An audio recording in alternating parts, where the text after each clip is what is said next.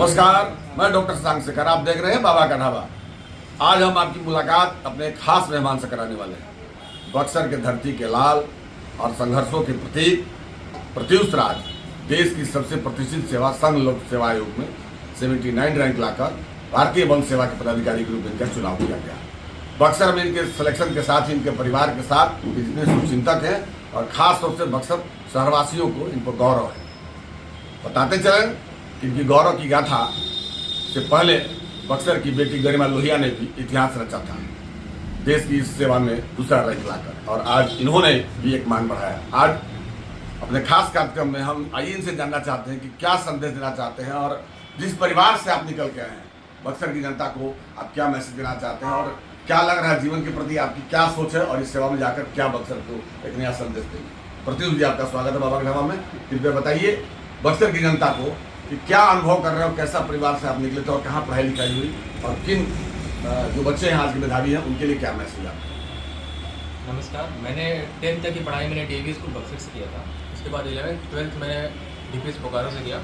फिर ग्रेजुएशन मैंने बिट्स पिलानी से किया था सिविल इंजीनियरिंग में। उसके बाद मैंने आईआईटी दिल्ली से मैंने मास्टर्स किया और पैरेलली मेरा तैयारी चला था मास्टर्स के साथ में, और उसके साथ मैंने तैयारी किया। फिर अभी निकला मेरा सेकेंड मेंस था और पहला इंटरव्यू था। और मेरा संदेश है खास करके युवाओं को जो आजकल ज़्यादातर वक्त अपना रील वीडियो और गेमिंग में निकालते हैं, तो वो पढ़ाई पे फोकस ज़्यादा से ज़्यादा करें, क्योंकि आगे जाकर के एग्ज़ाम कोई भी किसी भी फील्ड में बहुत अपॉर्चुनिटीज़ है, लेकिन अपॉर्चुनिटी के साथ में उतने ज़्यादा चैलेंजेस भी है, उतना टफ भी है वो।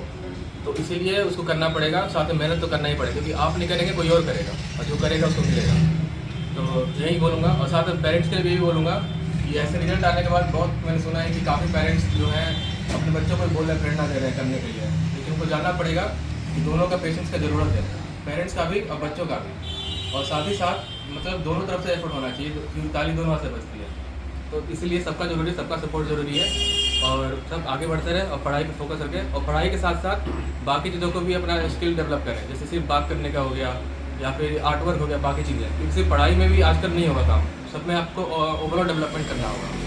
तो इसीलिए यही सब करें और आगे बढ़ें।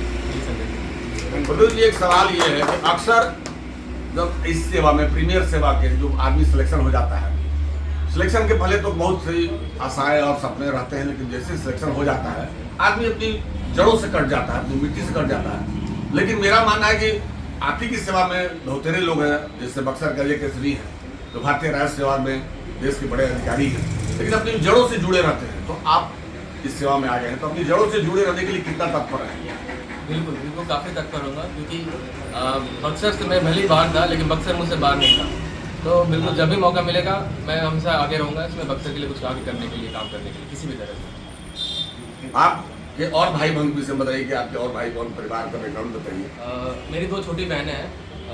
जो सबसे छोटी बहन है वो भी फिजिकल एजुकेशन में मास्टर्स कर रही है, और जो बीच वाली बहन है वो अभी असिस्टेंट प्रोफेसर है पुणे में, और साथ में पीएचडी भी कर रही है अभी, जो कि टेक्सटाइल डिपार्टमेंट में है। और भाई मैं अकेले हूँ। अकेले। पिताजी जिन संघर्षों की बदौलत आपको पढ़ाए हैं, पिताजी कोई सरकारी सेवा में तो है नहीं, लेकिन उन संघर्षों को कैसे, और जब सफलता मिली तो आप ये पहली सूचना पिताजी को दिए होंगे, और कैसा अनुभव आपने किया कि पिता के संघर्षों का एक परिणाम आप बने? काफ़ी ज़्यादा वो मतलब अनरियल था। पहले रिजल्ट आने के बाद खुद मैंने कई बार वेरीफाई किया कि कहीं गलत मतलब देख कर बताने दिया जाए। पिछले कुछ टाइम में काफ़ी लोग हुआ है कि गलत लोग बोलते रहे कि मेरा रिजल्ट है, इसलिए मैंने खुद कंफर्म किया कई बार पहले। एक बार बात निकल गई तो फिर तो वापस नहीं ले पाएंगे, इसलिए पहले आपको संतुष्टि हो गई। दूसरों से मैंने वेरीफाई भी करा है बाकी दोस्तों से। अच्छा। तो इसके बाद और उसके बाद मैंने पापा को बताया, फिर मम्मी को बताया, तो काफ़ी खुशी का माहौल था, सब बहुत खुश थे। काफ़ी कई सालों का स्ट्रगल के बाद ये आपका दूसरा अटेम्प्ट था? ये दूसरा मेरा मेंस था और पहला इंटरव्यू था। इंटरव्यू में किस तरह के सवाल आपसे किए गए? इंटरव्यू मेरा काफ़ी लंबा चला था। नॉर्मल करीबन बोलते हैं कि 20 से 25 मिनट चलता है, लेकिन मेरा इंटरव्यू करीब 35 मिनट का था, जो कि काफ़ी बढ़िया था। और इंटरव्यू का एक्सपीरियंस अच्छा रहा था। मेरे हॉबी से रिलेटेड पूछा गया था उसमें। मेरे जो बैकग्राउंड था सिविल इंजीनियरिंग, उससे रिलेटेड क्वेश्चन थे। हॉबी क्या थी? हॉबी मैंने लिखा था पेंसिल स्केचिंग लिखा था, तो इससे रिलेटेड क्वेश्चन थे। वहाँ पे स्टैचू रखा हुआ था, पूछा गया था ये स्टैचू किसका है, ऐसे ऐसे वहाँ पे स्टूडेंट का माइंड चेक करने के लिए क्वेश्चन पूछे गए थे, जो कि बहुत बार होता है कोचिंग वाले कुछ ट्रेन करते हैं, ऐसे क्वेश्चन आएगा तो ऐसे आंसर करना है, लेकिन उनको पता होता है कैसा क्वेश्चन कोचिंग वाले ट्रेन करके रखे हुए हैं। तो ऐसा पूछते हैं जो कि सामने वालों को पर तैयारी ना किया हो, वहाँ दिमाग लगा के बोले तो वैसे था। तो आपने सुना देश की इस सेवा में सफलता के बाद आज अपनी जमीन पर, अपनी जन्मभूमि पर आए, अपने परिवार के लोगों से मिलने के बाद इनके आने के साथ ही स्कूली बच्चों और तमाम अभिभावकों और जनता दल के नेता लोग आपके सामने देख रहे हैं कि बैठे हुए सब लोग इनको आके बधाइयाँ दी, शुभकामनाएं दी और इनका सीधे कहना है कि देश की किस सेवा में हम भले चले गए हैं लेकिन बक्सर कभी हमसे बाहर नहीं रहा है और अपनी मिट्टी से सदैव जुड़े रहेंगे। नमस्कार।